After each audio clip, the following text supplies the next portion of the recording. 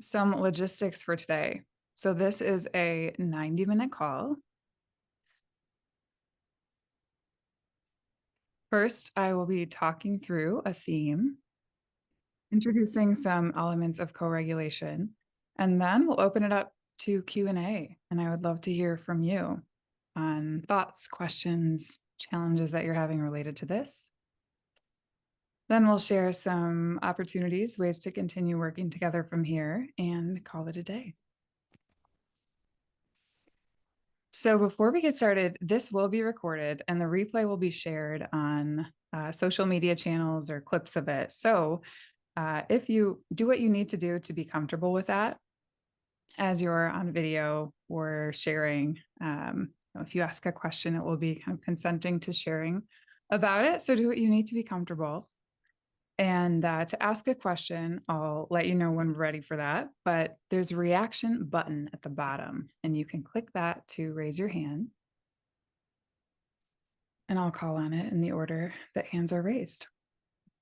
So the chat today is mostly used for logistical questions. So if you have something, an issue, you can't hear me, anything goes wrong, let me know. And otherwise, welcome. So good to see your faces and see your names.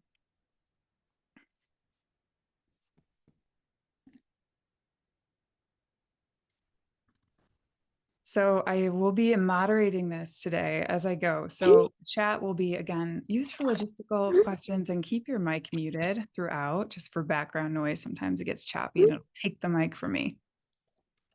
So let's get started.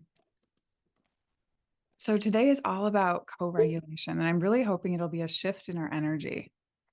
So before we start, just whatever you're bringing in today, whatever is maybe something that you're resisting or something that you're going through or something that you're moving through right now,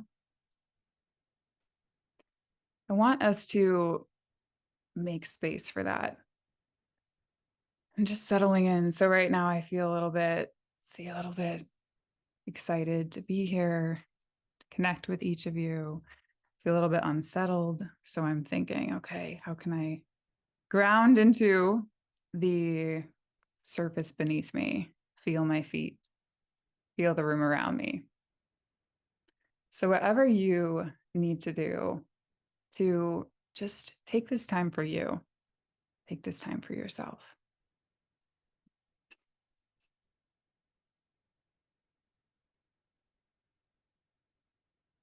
And be here.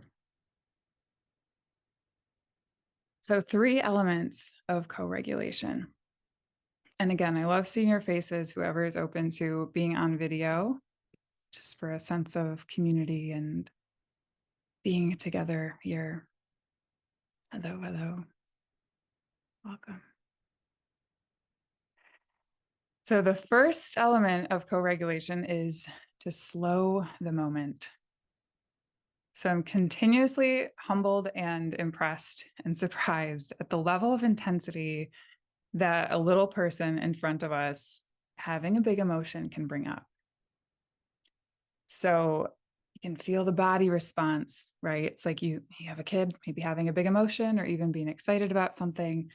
And suddenly I start to notice my own heart rate go up.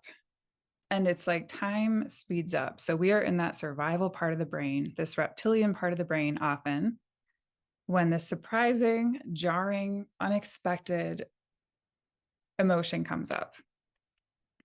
So what happens is it throws us into this space of urgency, and everything feels chaotic. Everything feels like it needs to happen right now.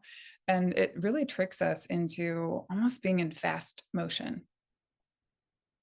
So the first thing, I want us to practice this, and I call this a community practice call because I want these to be a time where we can come together with other people that are into conscious interaction, whether that's with yourself, with kids, with people around you, with friends, really shifting relationships, no matter what relationships you're in right now. And bringing it back to be able to choose a different way. And by choose, I mean, we're really helping our bodies feel secure enough to move into a different way of being.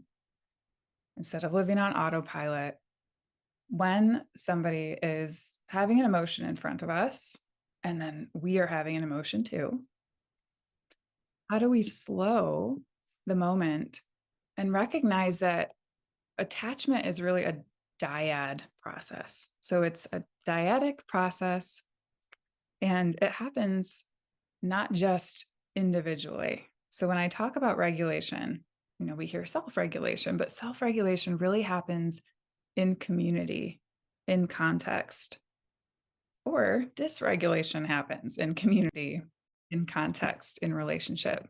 So we can either co regulate by slowing the moment, or we can co dysregulate.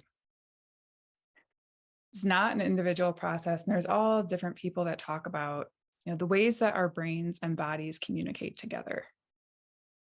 So by doing what we can to slow, so the first element is to slow the moment. It's almost like I'm imagining stretching out the moment that feels so intense, even a little bit longer than before.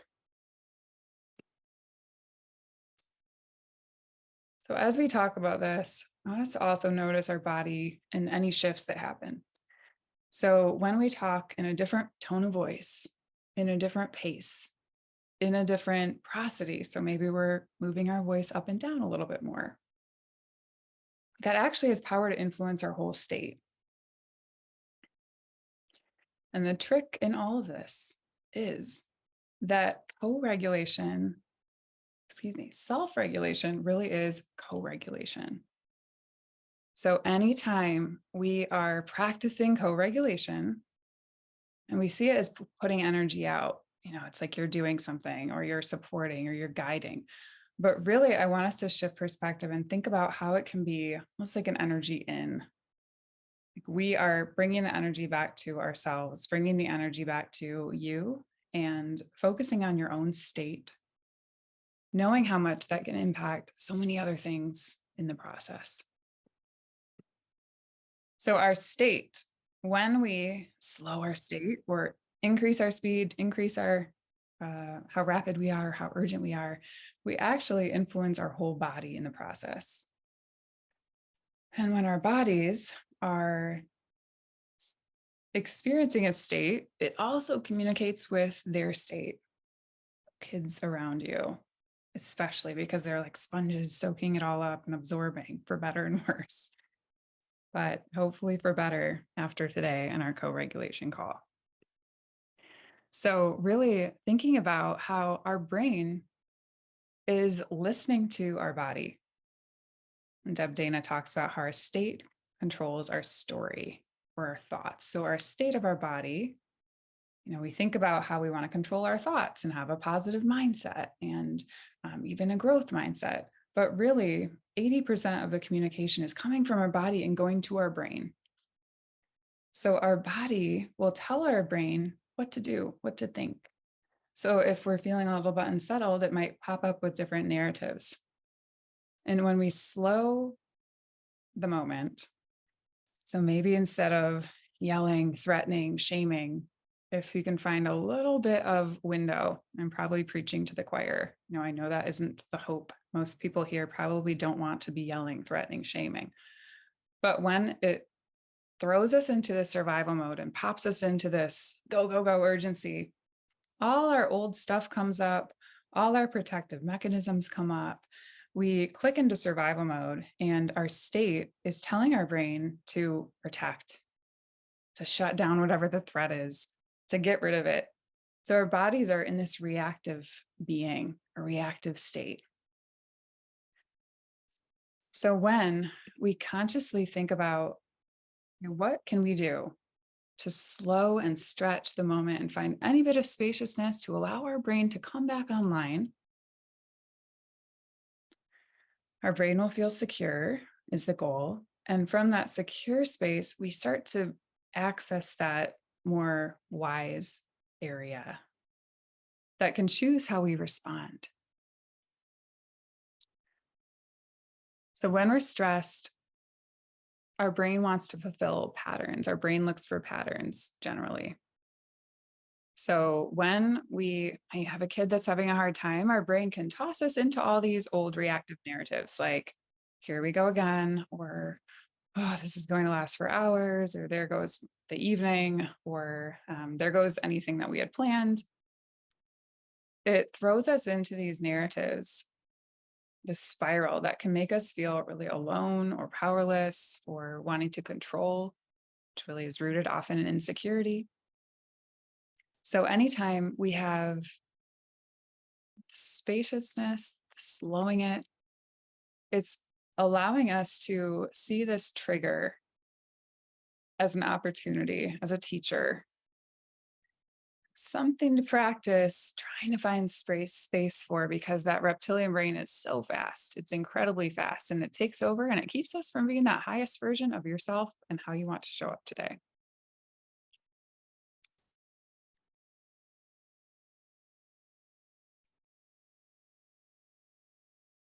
So when we're leaving behind what the norm has been,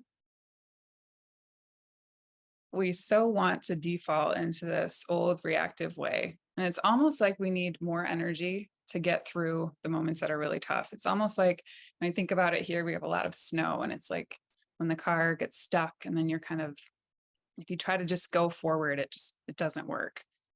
But if you try to rock and roll, anyone in snowy climates will know what this is like. You try to rock and roll and you get more momentum. And every time you rock the car and roll, then you can move through the snowbank. But once you get kind of stuck in this rut, it's tough to move out of it, and it takes a lot of energy. So one thing that we can do to slow the moment is naming out loud how intense it is. Whew, this is intense, or this is big. And you see me almost breathing into it or moving or finding what it takes to slow the moment for you. So maybe this is where you might shake a little bit or move or rock. Sometimes it's very animalistic ways that we are getting this energy to overcome these humps that come up all day long through life, inevitably. And we're doing things that help release and move through and almost welcome that energy. Playing around with your voice, playing around with sound. So if you're frustrated and we say, oh, it's authentic. Maybe that isn't the end goal, that we're expressing frustration that way out in the community. But really, when we think about how do we use sounds, how do we use our voice, how do we use our pace to slow the moment and stretch it out? This all making sense? Am I losing anyone? And then, two, a second element of co-regulation is to allow. And this is such a practice of mine recently, an ongoing practice of recognizing that we are human, we are fallible, we make mistakes, no one has it together, truly. And in certain moments, we can demonstrate this unconditional love support that we have access to. So when we shift from a state of, trying to get it right every single time, or never being enough, never setting the bar at a place that puts us almost on a pedestal, like we're the ones that will never act out of bounds or never mess up or never make mistakes.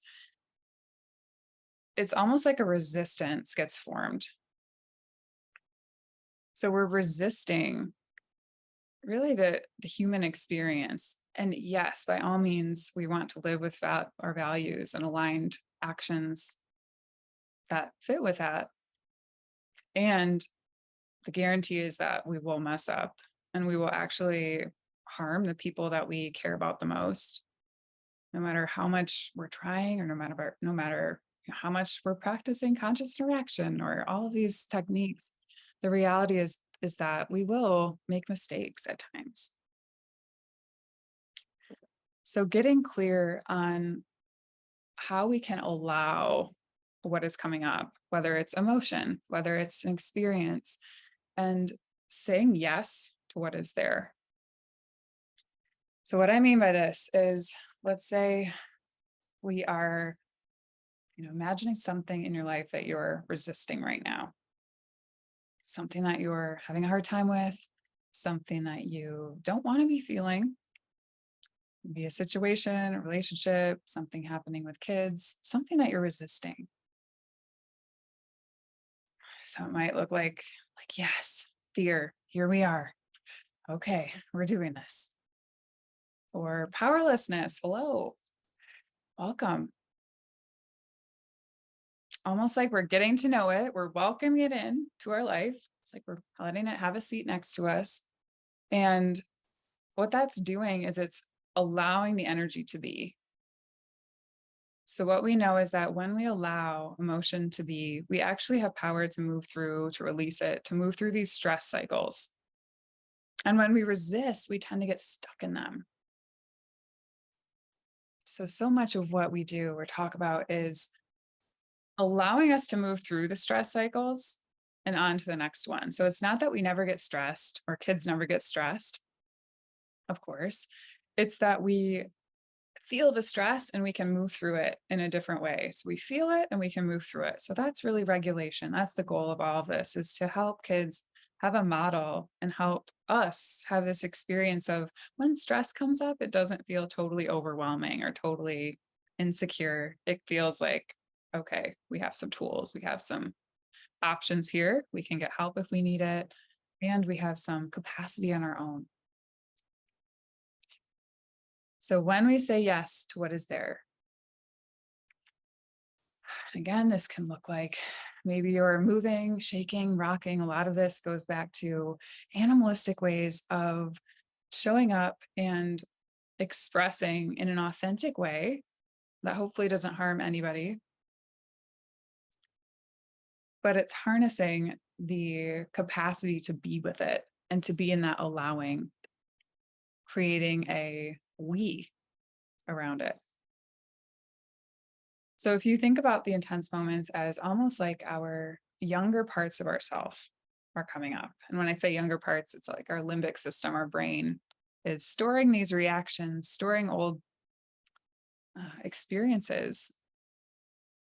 So then when something triggers us today, these older parts of ourselves, these younger parts of ourselves might be feeling insecure, or there hasn't been space for anger, for example. So if we feel angry, there may be a resistance to it because it doesn't feel safe to feel it.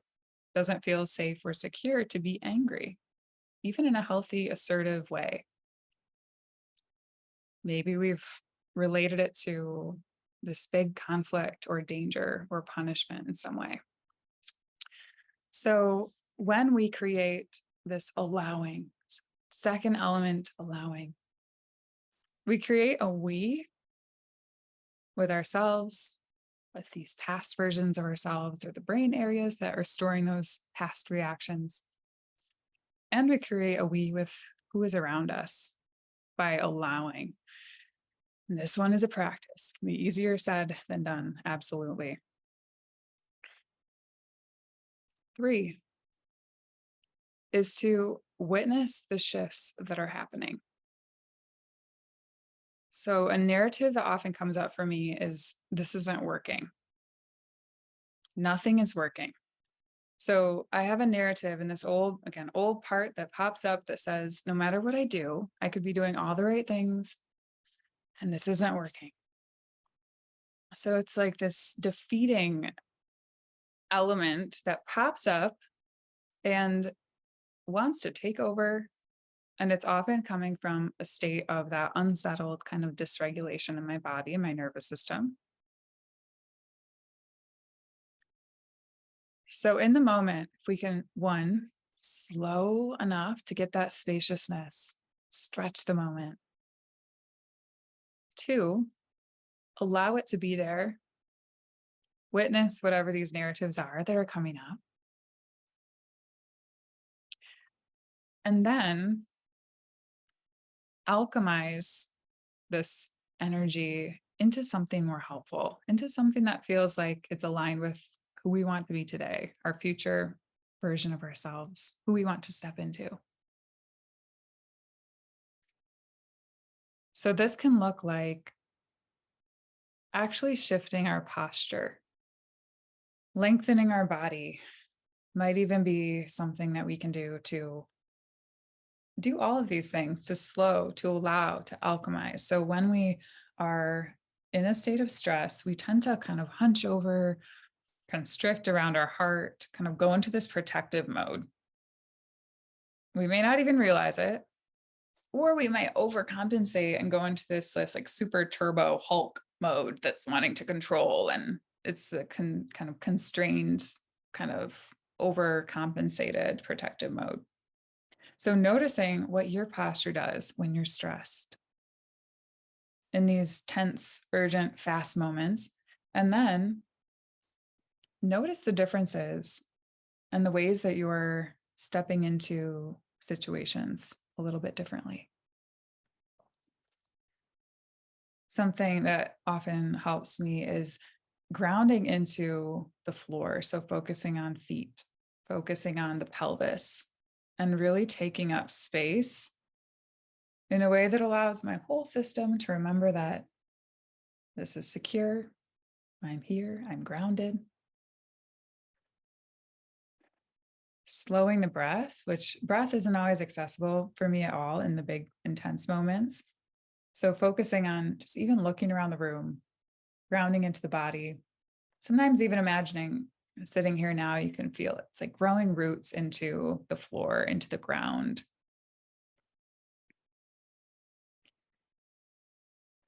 So it's like we're trying to find a way to notice the shifts in our state in our body and trust that this is modeling self-regulation, but not just that, it's actually co-regulating anybody in your sphere. So our brains, our bodies, our social organs, meaning anytime we maybe lengthen our body, shift our posture, slow our breath, we really are co-regulating. Our nervous system is communicating with the other beings in our space. Even practice this with animals. We're all co-regulating or co-dysregulating moment to moment. So this is modeling self-regulation. It's co-regulating. And using these three things are often the precursor to being able to do anything else. So as an occupational therapist, I have all these tools, techniques for body co-regulation. Do they need to be rocked? Do they need to be held? Do we need to be bounced? Do they need jumps? Do we need a different tone of voice? But my trust in you is that when you are in a place of groundedness in yourself, and maybe, this might even be pulling in different spiritual elements or something that works for you. So for me, if it's a really intense moment, I might say, like, this is how can God work through me? Or how can and maybe it's source, maybe it's not, maybe it's the community that you're in, people around you. Maybe your why is the child that you're with, but something that can be anchoring to you in a very individual way and allow you to have the energy, access that energy to move into a different way, even shifting a little bit each time. So those are 3 ways that we can put you or help us to be in this grounded space where we have the problem solving online to know what is next, or to be curious, not in a way that's draining your energy and just, caretaking all day long, but actually is a practice of returning to yourself and returning to your energy and co-regulating from a place of a we versus a you versus me. Everybody's isolated and exhausted and alone in it. So I would love to hear from you, questions, thoughts, and if you can raise your hand, your Zoom hand in this virtual world. The reactions bar is at the bottom of the screen, and you'll click raise hand.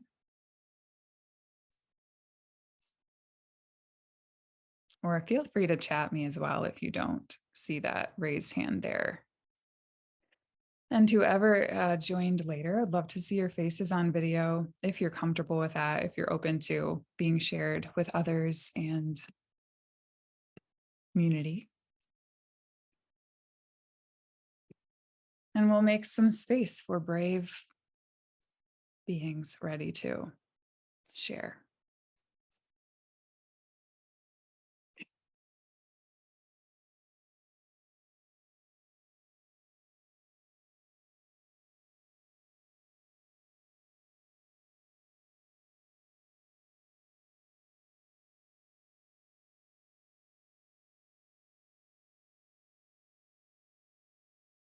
Start with Stacy. Hi. There. Um, I just really liked and connected with your focus on like the feet and the hips and like the grounding. I practice, I've been studying Chinese medicine and I teach and like I talk to my students about like when you're overwhelmed in a study situation, like there's a point at the bottom of your foot, kidney one, like really like connecting to the earth energy through that. And it's crazy how, I like teach that to my students and I connect it and I hadn't thought of it in this context of parenting and helping to like really ground and regulate. And I am just, I've felt how powerful it is in other contexts and I'm so glad that you um shared that. That's so cool, Stacy. Yeah, I'm more and more learning, and I'm definitely no somatic body expert with just how much the body can influence our emotion and vice versa. And having those anchors can be so incredible for we just never know what different people will connect with or different kids. So talking about our process and experiences and tools and can be so helpful for that. Yeah. Thanks for Yeah. sharing. It just one more. I also like I have a neuroscience background and I bring my practice and we always think of the nervous system as like the brain and spinal cord, but like it's your whole body. It's in your whole body. And that's something I bring up with patients a lot. Like when things are like it's not just your brain, like it goes everywhere. And helping the brain by using all the other connections is um I, yeah, it's great. Yes, one thing that comes to mind hearing that is a lot of what I talked about today is actually influencing the vagus nerve, which is a nerve that goes through our whole body and can either support or help or hinder everything that goes on with that. So things like humming, singing in moments of intensity where we have if you can exhale or breathe or hum or reverberate in some way, it can actually shift the body. So this is why going to preschool classrooms and often going to schools of every kid that I'm working with. And the best preschools are the ones that it's like they're singing so much of the day.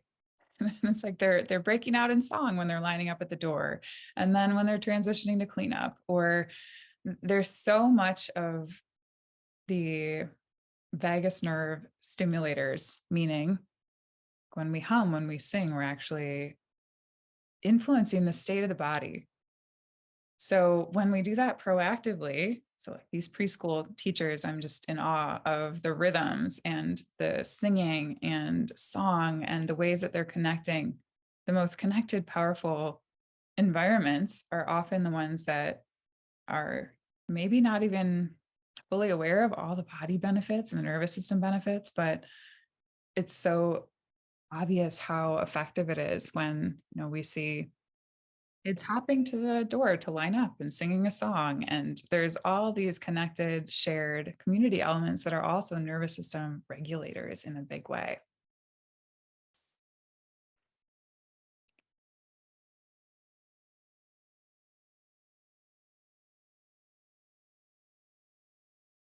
So anyone, if you just joined, we are taking questions for Q&A. So you can raise your hand by pressing the reaction button at the bottom of the screen, and then you can raise a hand there.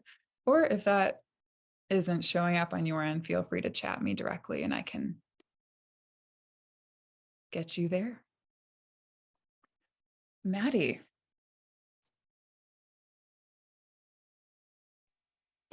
Hi, how are you? Hi, Maddie. Welcome. Thank you. Um, I was wondering if you could speak to, and I don't know, like I know the focus is on kids, and I find that much easier to do when it's me and the kids. And then when dad, my husband, is in the picture, he has a really big energy, and I wouldn't even say it's dysregulated, but it adds this different dynamic that seems to consistently be the leading force. And I'm not sure if it's just dynamics in our family, but it feels easy to do what you're saying when it's like us alone. And then he's not necessarily so involved with caretaking, but it's an entirely different energy. Great question. And I love the context, the contextual elements of this. So, kind of what we were talking about early on, regulation really happens in a dyad or a context. So, we can be in one situation and feel regulated, at ease, ready, alert. And then with different people around us in a different situation, in a different context, it can feel dysregulating or disorganizing. So, is there any example we could talk through, Maddie, that you'd be open to share? If not, just let me know that we could talk through. Like, what would be a situation that comes up that you're feeling this intensity or this kind of big energy present? Well, the interesting thing is, even when I hear you say it back, like the big energy, like it's so quiet, but it's still big. Like it's without any, it's just a strong presence rather than him being loud or doing anything. Um, and just like when you're describing that urgency, it's just like this, like you feel it, even if he's presenting a different way. So the biggest example would be mornings. Like if he goes to work early, the morning's pretty cool. But when he's around to help, um, that urgent feeling is there, and the kids are like, he's always saying, like, they don't listen to you, they don't listen to us. So then he repeats what I say when I'm talking to the kids, and like the repeating will be faster and maybe a little louder. Yeah. Okay. So, what I'm thinking about with this question is first, how we, what we need during moments like this.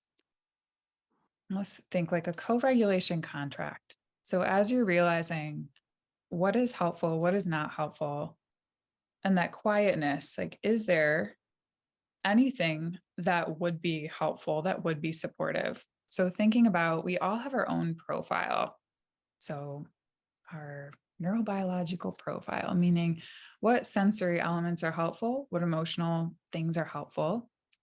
So, in a moment of intensity, there are different safety cues that others can send us. And by safety cues, I mean, if somebody is standing in the room with a big presence, so even if they're not intending to, with our animal bodies, we all have animal bodies and instincts in many ways. Somebody that is kind of standing there with the big presence can even feel threatening to our nervous systems, even if they don't, mean to be or they're not trying to be, simply by the different dynamics of somebody being in the room. Our nervous systems can pick up on that and think, oh dear, here's a threat cue, or here is a threat to me in some way. So for kids, this is why, I always suggest to get down at their level or below whenever possible, because it's instantly ideally co-regulating to their system. And it's the same for us as adults. So thinking about posture and positioning, what do we need to feel co-regulated? And with a partner, I think about, is it that, they sit down on the floor?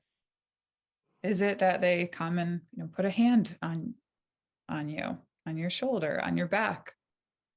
Or is that dysregulating and you're like, get away from me. I'm not ready for this right now. This is overstimulating. And then maybe it looks like, could they breathe? Could they just be there in the room breathing? And asking for what we need individually, I think is such a practice because we're often trying to figure out what we need ourselves. So maybe it's asking directly, could you, when we have this situation, if you could just be there and breathe, almost like you're co-regulating me. Like, don't worry about kids, don't worry about the situation, just regulating yourself. And that will have that ripple effect on everybody else. So a lot of the work that I do with families, there's just a power in being in the room together. So going through a meltdown together, ideally we have somebody around us, and we're wired to be in a village or a community. So thinking about kids having meltdowns, we're not really wired to be alone or on our own. And there hasn't been a model of being there and supporting emotion. So when we think about, okay, what is helpful for my profile? Do I want this person near me, sitting across the room? What is their body positioning, their tone, and facial expression? There are 3 elements that I think about of how interaction can be co-regulating or co-dysregulating. The first thing is, what co-regulates you? And then the second piece of this is checking in with some of those, what is coming up for you in the moment that is feeling like this energy is there, like you're sensing this energy there. Is there an emotion there that's coming up? Picking apart what emotion might be there. What is it fear? Is there a threat? Is there fear of judgment? Is there fear of criticism? Is there a threat physiologically, like this person is going to threaten me somehow, whether it's realistic or not? So picking up what might be there in the present protective way, or what might be from the past. Is there anything, we can go into almost like an emotional flashback where we have things that feel like it's very real and aligned with the present when it may be more rooted in the past, or things that are coming up, old protective parts that are there trying to keep us secure, but may not be as useful today. How is that all sounding?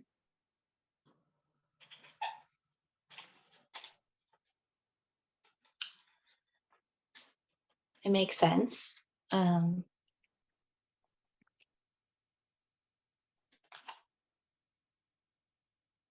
thinking about the question of like sensing the energy and what's the feeling underneath.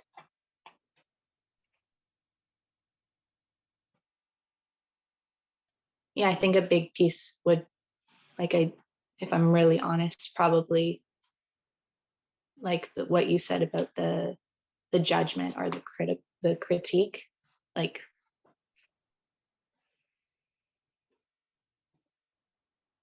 that we have different opinions of how things should be done. So that's a big one. I think so common is, this is such a different way of interacting, and it can bring up a lot of judgment from, even ourselves, but people around us, people that don't fully get it, or even in the most stressful moments, it's easy for it all to go out the window. So no matter how much we know and want to do conscious relating, it can be really tough to access in the moment of stress. So yeah, kind of if you're leading the way, if you're kind of leading the path and leading this way of interaction and are the one that knows and has ideas and has tools, it can be like almost like a weight because you're trying to figure out what the heck is going on in the moment and trying to regulate. And then you have this other person who's kind of questioning or doubting. And I don't know if that's the case in your situation, but it's Yeah. almost like it's more to manage. It's more when you're trying to regulate yourself. It's like, oh dear, now I have this whole other adult person that is activated in their maybe younger parts or their stress reactive ways of being. And it can feel really overstimulating and really demanding. So, one thing I think about in a practical way is, there's so much outside of the moment, I would say, is probably the process of talking about different interaction styles. And I like the interaction styles of permissive, authoritarian. So, permissive, kind of loosey goosey boundaries, anything goes, kids rule the roost. So, like they don't really need to listen to us, or it's not a big deal, just let it go. Emotions are the whole story. So if they don't want to go to school, for example, you might say, okay, just we won't go to school. We'll never go. And then the other side is authoritarian, power control. Compliance is the way. So this might look like where kids need to listen. It's their job to listen. Doesn't matter why, doesn't matter what emotion is there. Emotion isn't in the story at all. And what we want to do, where co-regulation really happens, is in the middle, which is authoritative. So authoritative is pulling in parts of like, okay, emotion is part of the story. What's going on? Can get curious about the root. And it isn't the whole story. So we can, oh, they're not listening. Okay. Like, am I regulated enough where I'm not trying to just control them to do whatever I want? I'm on a power trip. And so I need to control. So it's not actually that they're not listening, it's that they're not doing exactly what I want. And I'm in this stressed, control prone state. So picking apart kind of where are we on different pages in this? Can we have a conversation about these different interaction styles and what you experienced growing up? And some of this can be really loaded.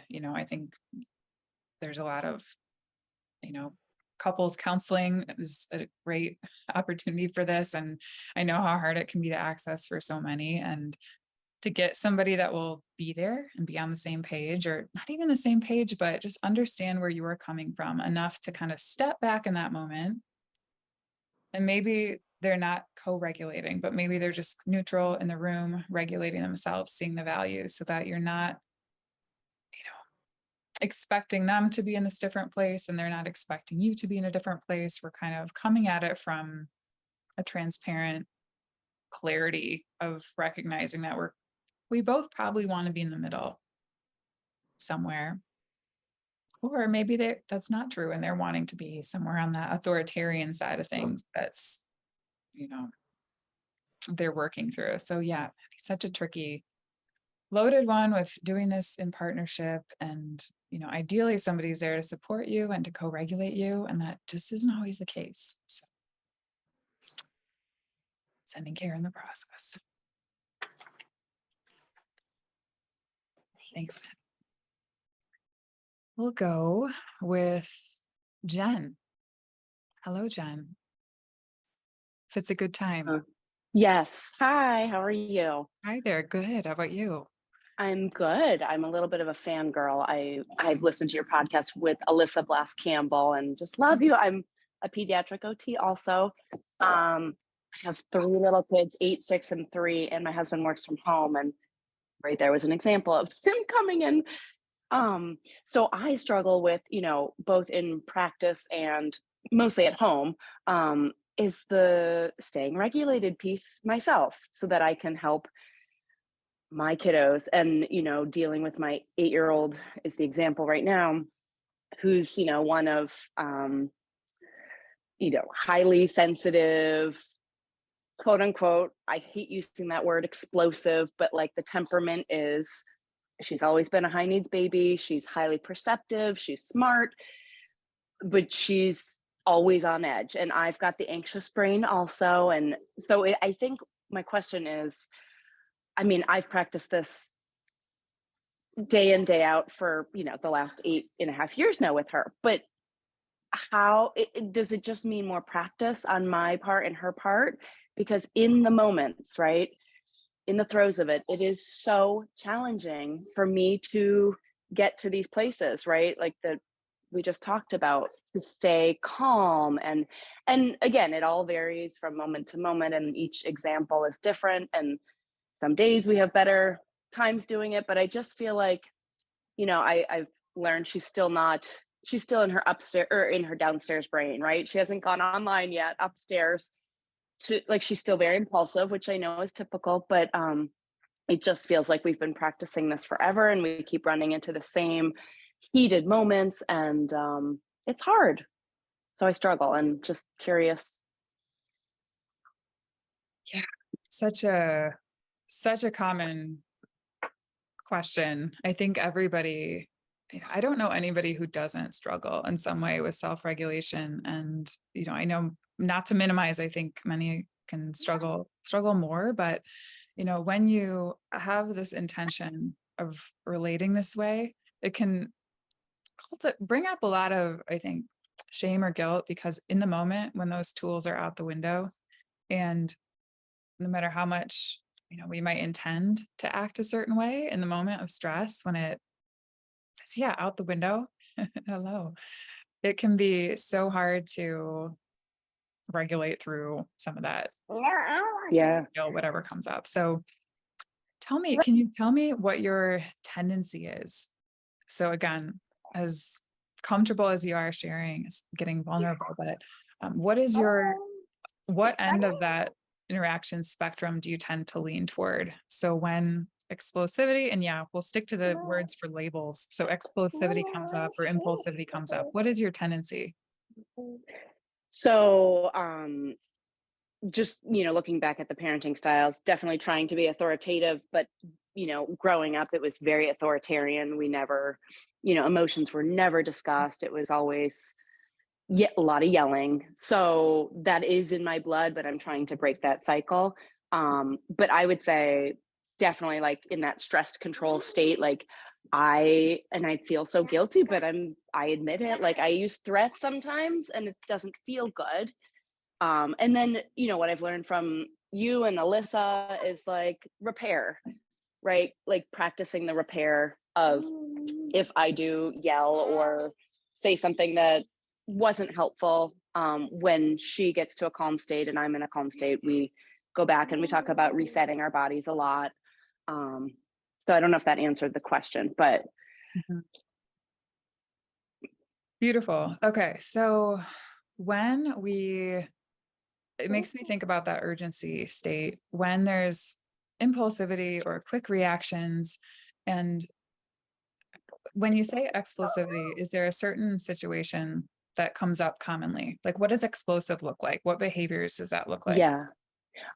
So for example, she's got, like, sort of the perfectionist brain that I had growing up with homework in school, and doing, like, a math set or a reading thing timed. If she doesn't, match her time or get better from the day before, or she doesn't feel that was a good um, homework session, she will freak out, right? She'll yell, she'll immediately start crying, throw the paper, get up from the table, and, like, pretty much shut down and run away. I can't even, like, access the, hey, honey, that was pretty good, or, let's not focus on the time right now. Your teacher, and the teacher's in the loop about this too, but, like, trying to remind her that it's really about just completing the assignment. There's trying to lessen the pressure piece of, yeah. So, hey, put that down, please. Yeah. But yeah, shutting down, getting loud, saying things like, I hate you, or I hate this, language. Keep this off the table right now. Got it. So yeah, it's so hard. I think, especially the things that they're saying when they're in that state of stress, and it can come out. It's like, it's not literal. It's not literal. It's insight to their emotional experience, right? And how do we help expand? For this question, I think about frustration tolerance and how that really relates to being able to feel something within and sit with it, meaning we feel something inside, a sensation, an emotion, and we're able to be with it instead of react to it. So the goal, it's such a parallel process to everything that you're saying. It's like, how do we help to do that in ourselves? Is kind of your question. Is like when there's that sensation, emotion on the inside, thinking about emotion as sensation. So when we feel something, I also think about relationship with anger in this question. So our relationship with this anger can be really tricky growing up in an authoritarian way. So anger is often really shut down, punished, not seen as okay. It's often explosive or dangerous again, unpredictable instead of healthy, assertive. We can share limits, we can share boundaries. So one thing I think about with this question is outside of the moment, how do we use that slowing in a way that can help build their regulation muscle, if you will? So in the moment of intensity, yes, we have tools, we can do a lot of what we talked about today, but I really think about starting outside of the moment in a less kind of high stakes situation. So there's I call it the art of the wait. So anytime we have this reactivity, reactive behavior is popping up, whether it is with kids, it's us, or whether their reactive behavior is triggering ours. And then you're recognizing, okay, I have something to work on there with reactivity. Anytime we can build anticipation and connect before, maybe it's something that they're waiting or something that we have to share that isn't going to be something that they're into. It's almost like we're building anticipation or building this ability to wait or to slow. And what this might look like is, if I have a kid that is really sensitive to leaving, for example, really doesn't want to leave or transition. Transitions are a vulnerable time for many.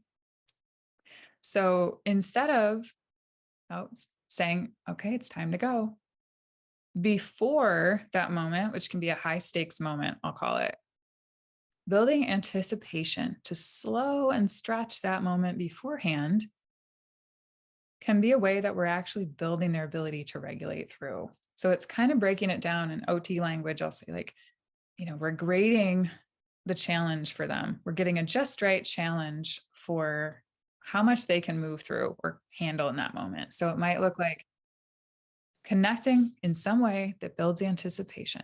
So, hey, I have something to tell you. And what we're doing in that, it's less about the words and more about we're trying to get our energy on the same page. We're trying to get them to feel like they're we with us. We're connected. And what that's doing is allowing the brain to move through those processes of slowing, feeling connected to. We're building security in their nervous system before we tell them something that isn't their favorite thing to hear. So reading the cues of these edges where it's almost like we're starting before the moment happens, or we're starting in the moments that might be easier to try to build a regulation muscle for the moments that are harder. And again, this can look really different, but it's slowing the moment, stretching the moment, and just waiting. So I might just say, hey, I have something to tell you. And then it's just waiting. And maybe, if they don't hear me, maybe I'll put a hand on them like, hey, something's coming up. I don't know if you're going to like it. I don't know if you're going to like what I'm saying. So what we're trying to do is get their brain and body to shift and predict and get in a space where they're in that problem solving or curious place instead of going into threat. So in all situations, their body, their nervous system is trying to pick out, is this secure or is this threatening? And especially early on, when they're in that impulsive reactive space, they can pick up on threat pretty easily. So if it feels like a transition, for us, it might just be transitioning to the next thing or moving on to the next activity. But in their little body or brain, it might feel like a threat because maybe they're doing something in the moment that feels so good and they're in their flow state. There's nowhere they'd rather be. Their brain's all lit up and feeling good. And, it's like you're doing your favorite thing and somebody's like, okay, we're time to go. So it can feel threatening to their system to adapt to. And it's the same when I think about frustration tolerance or perfectionism. It's like we have this idea in our mind of how things will go or how it will look. And then when it doesn't go that way, it can put our nervous system into threat. So practicing, I have a podcast, my old podcast, there's one called Art of the Wait. And it's all about using moments to stretch the frustration tolerance, stretch, sitting with the discomfort. So the goal isn't to make the discomfort go away or to protect them from the discomfort. We don't need to add discomfort intentionally. Life has plenty of discomfort. That's an argument often with the authoritarian, is like, we need to make them uncomfortable to prepare them for life. And we all know that that happens without adding to it intentionally. But it's all about using those moments outside of the moment so that inside it can feel like we have more capacity, or there's some sense of that we to slow down and connect in the moment. And then inside the moment, I'm gonna do this briefly, but it's again, joining whatever it is that they're frustrated about. And this can look really authentic. And one thing I heard you say was that staying calm. And for me, I think about kind of ditching the expectation to be calm and instead shifting it to be with whatever's coming up in the moment. So again, like you don't need to be like a calm, cool as a cucumber robot.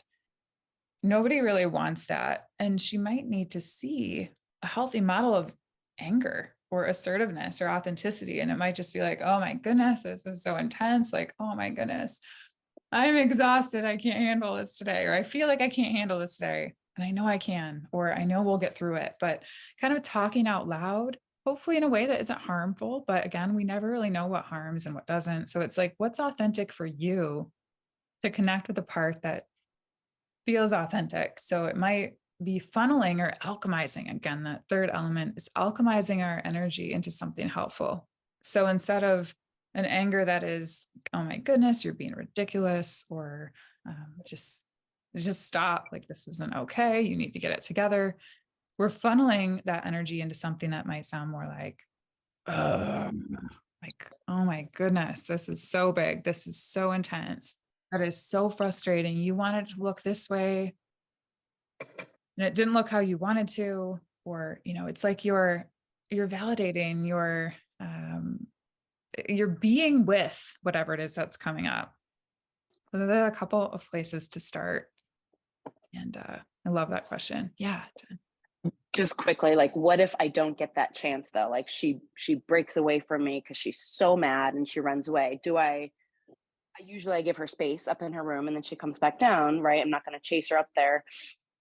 But do we talk about that after, when there is the calmer moment, or shall I try, trying to do more connection before and in other times and hope that there's less running away?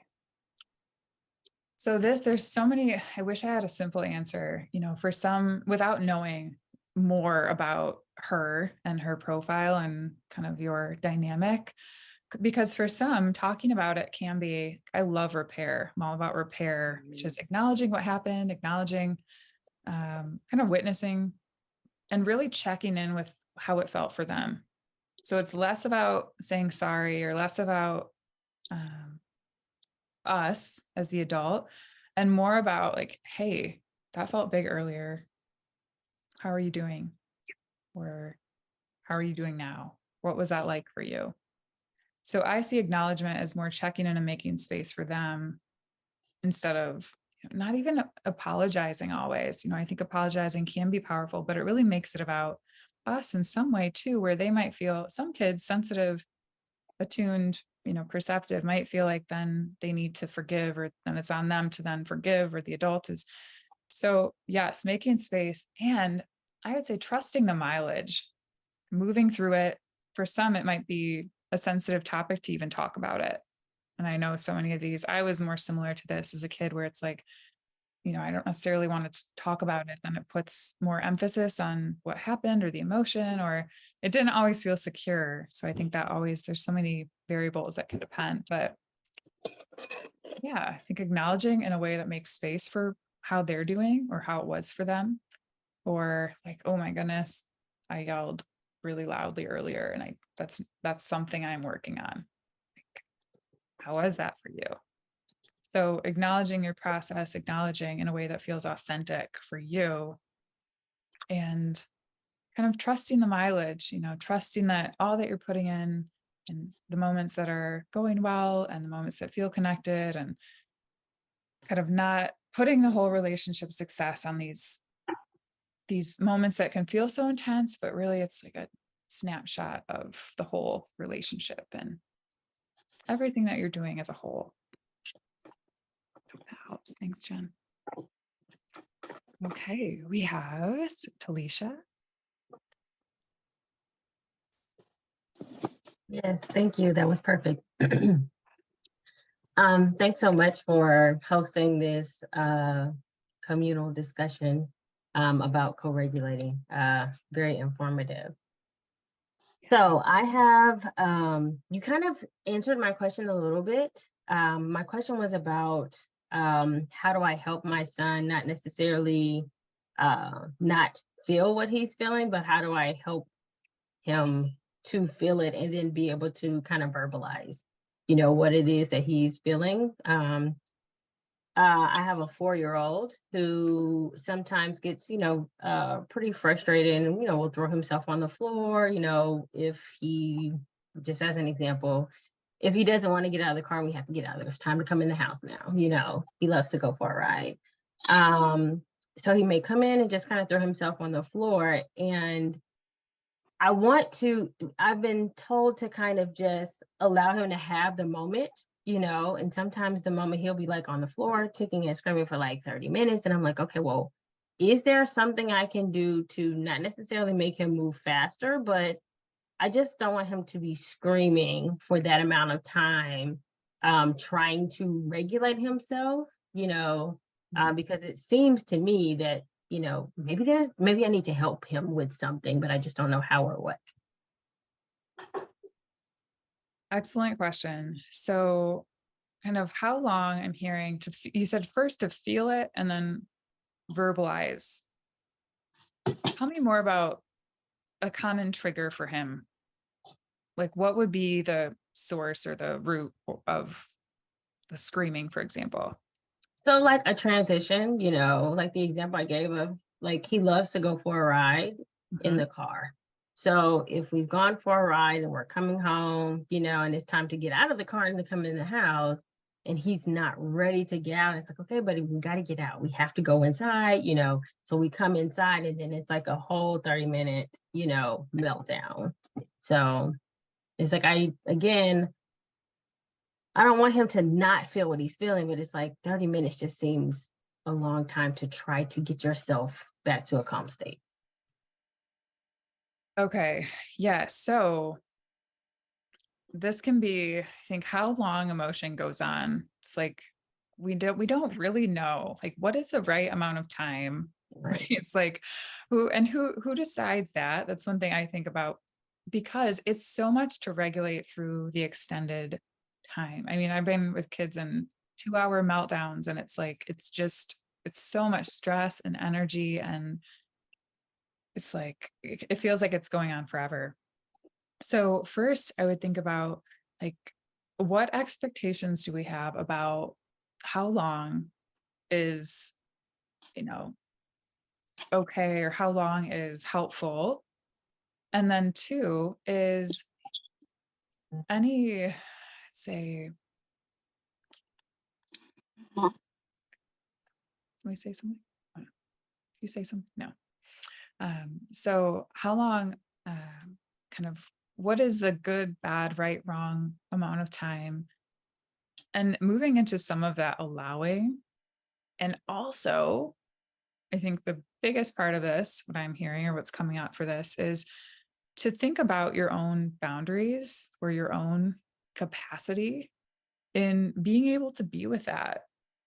So I think, yes, all the anticipation things, before you're getting out of the car, first of all, like giving any sense of power, thinking they have this like power cup they want filled, or they want to be in control, or, maybe, okay, we have 2 more turns, you get to pick which way we go, or, maybe that doesn't totally work to get you home, but, something that feels like he would connect with or feel good about, like, I'm in charge of this, I'm in control, not total control, but it's like filling his leadership or power cup in a way that it feels like he has security over the situation. So he feels like he has some ownership, some autonomy.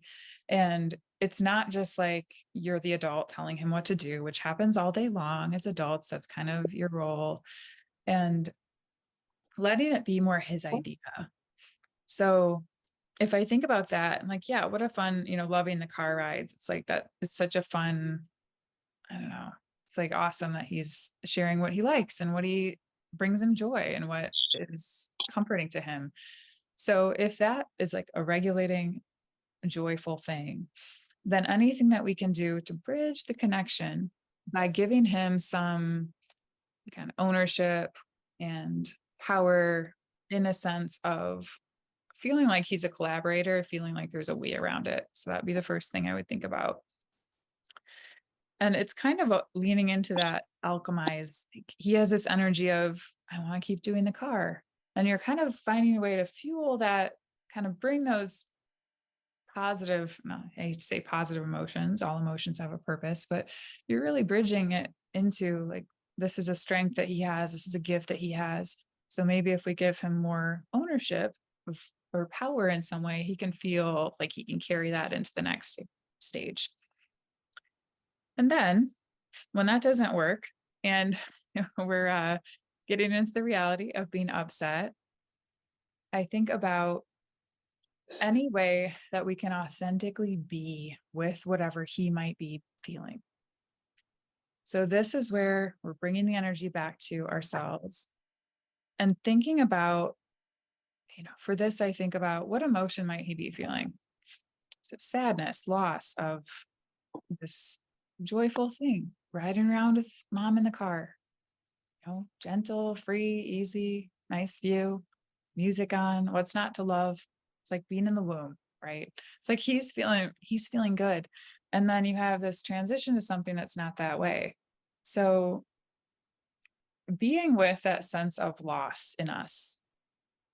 And this is something that kids have mirrored back to me again and again. It's like when I'm grieving something or I'm having an off day or there's something that I'm not wanting to feel, and then suddenly they're pushing every button and kicking on the floor and screaming, or it's like there's something there that's in me that I'm not really allowing or moving into.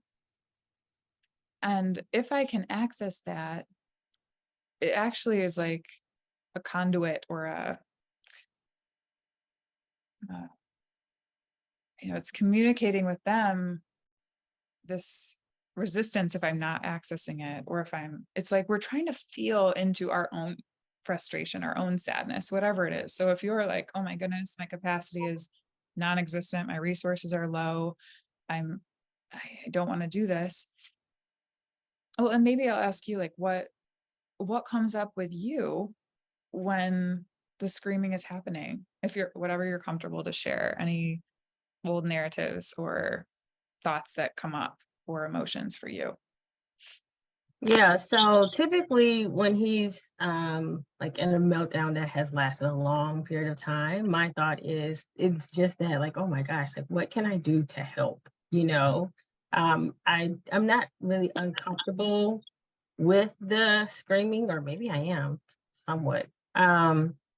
I don't feel like I'm uncomfortable with it. I just don't, it just seems uncomfortable to him, and that's the part that really makes me uncomfortable because I'm like, gosh, you've been doing this for a minute. Is your throat okay? So it's like that for me. Awesome. So yeah, and such insight. It's like, well, maybe I am uncomfortable, but I think what you're noticing is that it's a lot of stress for them to be in this heightened state of stress. So to be in a meltdown for a half hour, and maybe you're noticing like, yeah, this is really taxing on his nervous system. So what can I do? And we could talk about body co-regulation. So some of the things that we're not really getting to today in full, and really needs more space than just the next few minutes here. But if we think about the ways that he soothed as an infant, for example, if you remember, like what was soothing to him, his profile, or a toddler, he's kind of moving beyond that. But often we think, once kids are getting older, that they don't need a lot of that more baby, like body co regulation. But if he's so far gone that your words are not reaching him, so it's like his language centers are offline. So in stress, that's true. Okay. So sometimes we're thinking about how do we use our interaction, the environment, and activities to regulate his body in some way. So this might look like, is he totally resistant to being touched or held? And he just, maybe sitting near him, just like, "Oh, I know that car is so fun. Like, oh, we got to see those, cool birds today out there." Or maybe you're talking in a way that he's not really hearing the words, but it's a way that he feels seen or connected to, or you're using your voice as almost like a sensory tool. So others might look like picking him up and rocking and bouncing, and maybe there's some resistance. And this is where it gets tricky with a consent conversation, but really trusting that he probably doesn't know what he needs in the moment. And your intention is a totally trustworthy, compassionate, like you're his person. So it's sometimes not overriding. I don't know if that's the right word, but they might be saying like, "No, I don't like you," or "Stop," or but sometimes it's like they're just saying words. So if you pick up or rock, or you're holding, or sometimes you start to read their body, and their body isn't actually saying that. Their body's actually like, "Oh, I needed that." Right? It's like, I needed that body co-regulation because I'm trying to develop the tools on the inside to be able to do that on my own. So every time you're regulating at the body, we we're giving them internal tools to hopefully do that on their own, or feel safe, feel secure. So for others, I might be like, "Okay, pick up, show me how hard you can push in my hands," or like, "This is so frustrating, we had to end up," or I wouldn't say that word exactly like that, but it's like we're giving them opportunities to release the energy, move the energy through, move the emotional energy through their body. Maybe it's doing big jumps, or moving that stress through in a relational way. So ideally, we're helping to regulate through relationship in some way. And if at certain capacity you're like, I can't be present right now, or I need a break. I think it's completely healthy to say that, rather than overriding your own needs, your own capacity. It's like, "I'll be right over here. Like, I need to start cooking dinner," or "I'll be right here when you're ready."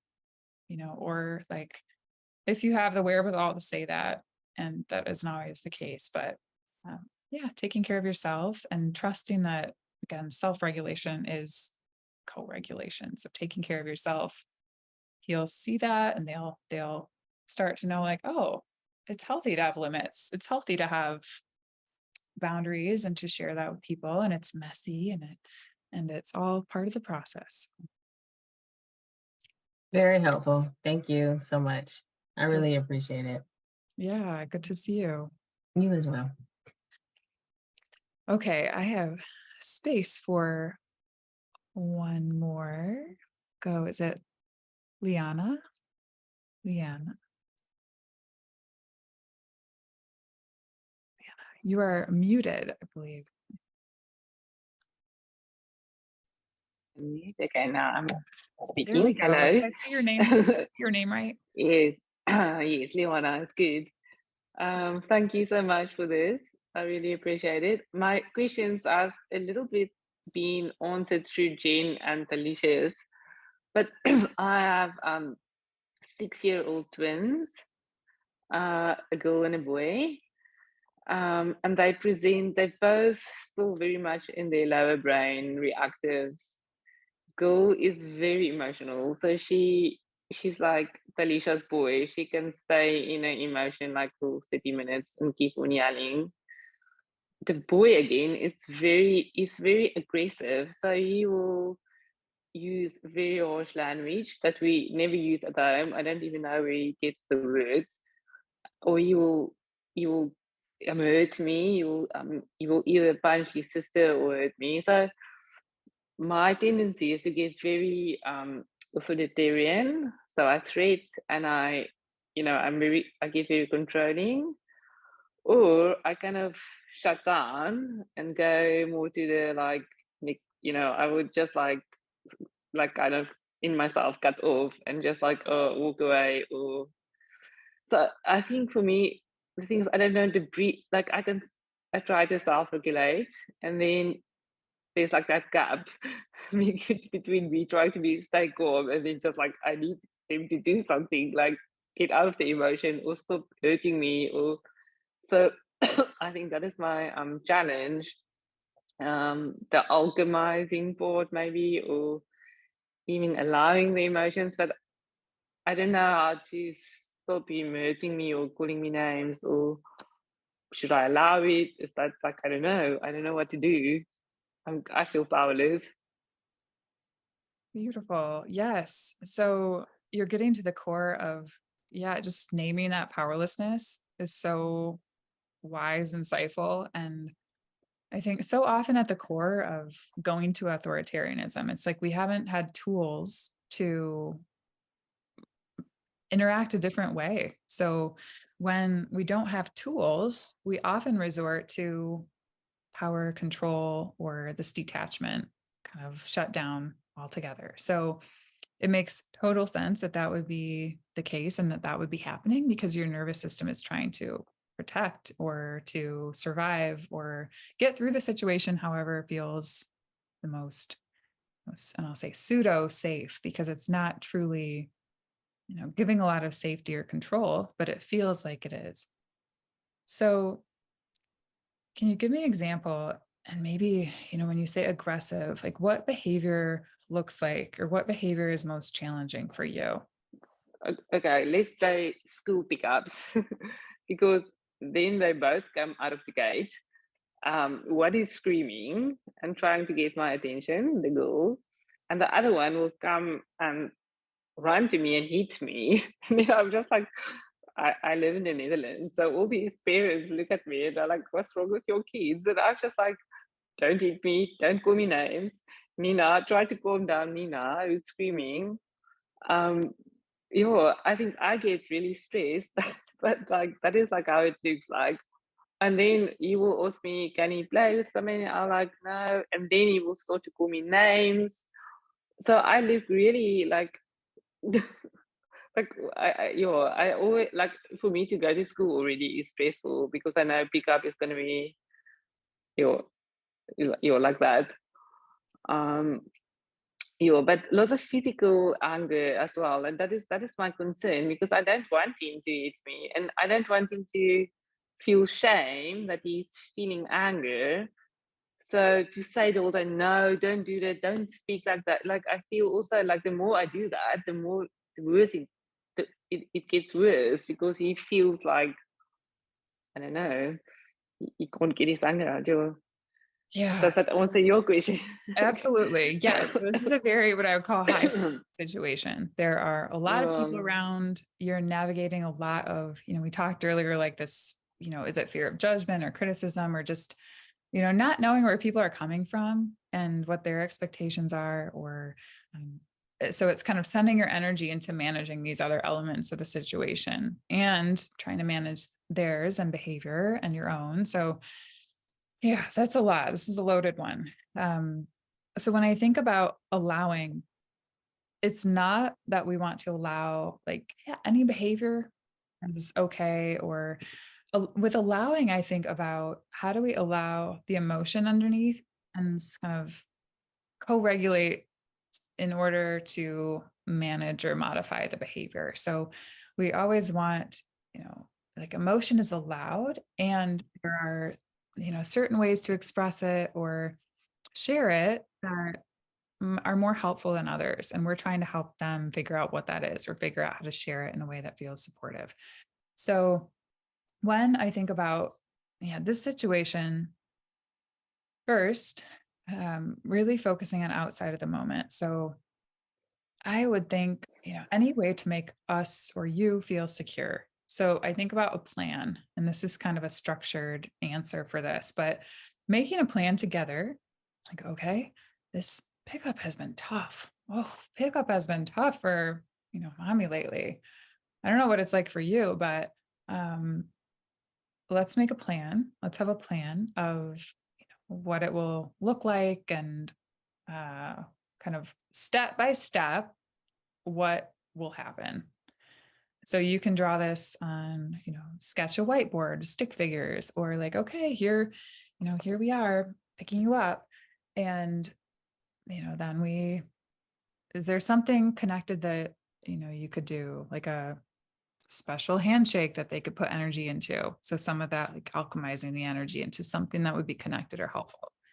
And really the idea is talking about it and having some sort of plan. Again, doesn't mean it'll go perfectly by all means, but it's helping everybody develop a we around this tough situation.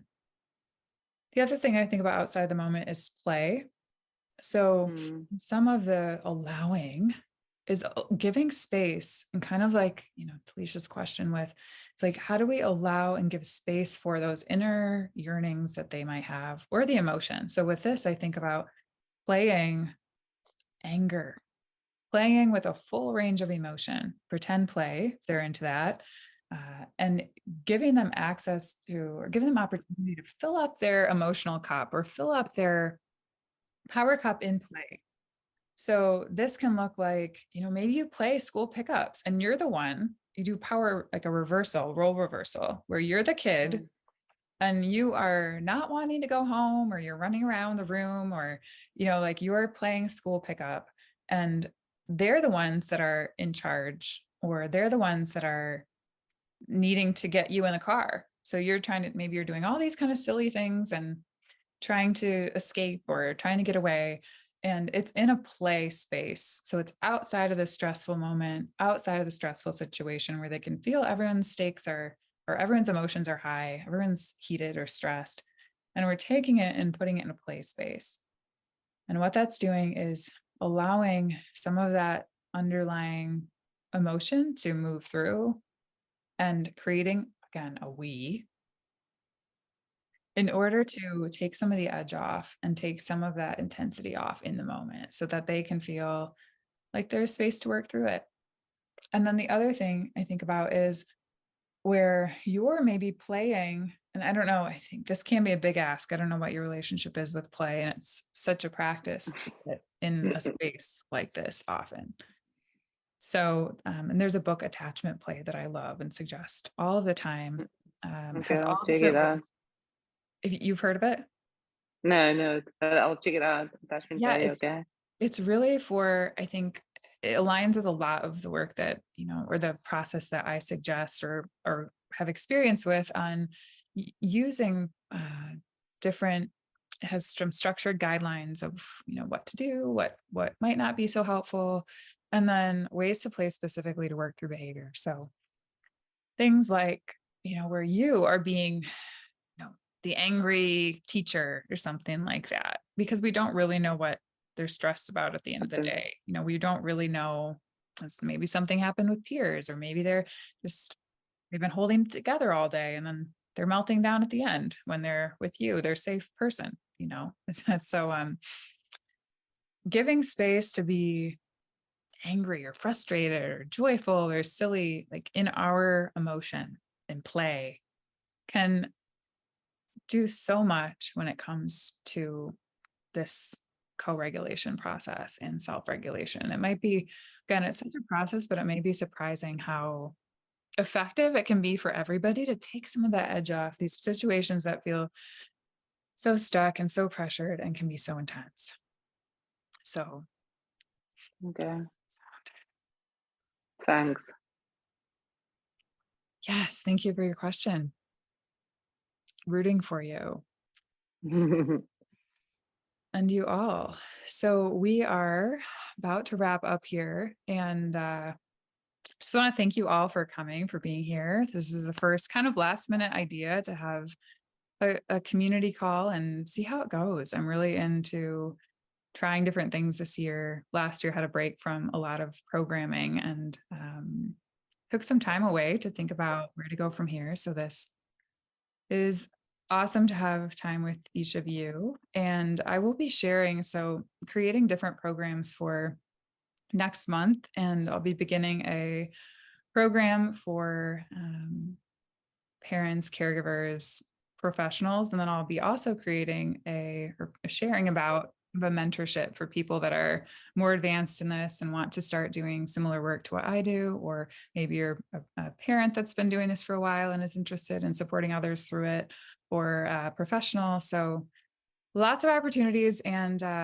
if you hit the email marketing, which it said subscribe to messages or subscribe to marketing when you registered for this, you'll automatically get it. If not, reach out to me, hello@thrivinglittles.com, if you definitely want to be in the know. And there will be a limited amount of spots for both of those as I kind of try things and see how it goes. And maybe we'll see you again. Otherwise, I'm hoping to do these again, maybe every few months or every so often. So Yes, please. yes. I'm on my speakerphone.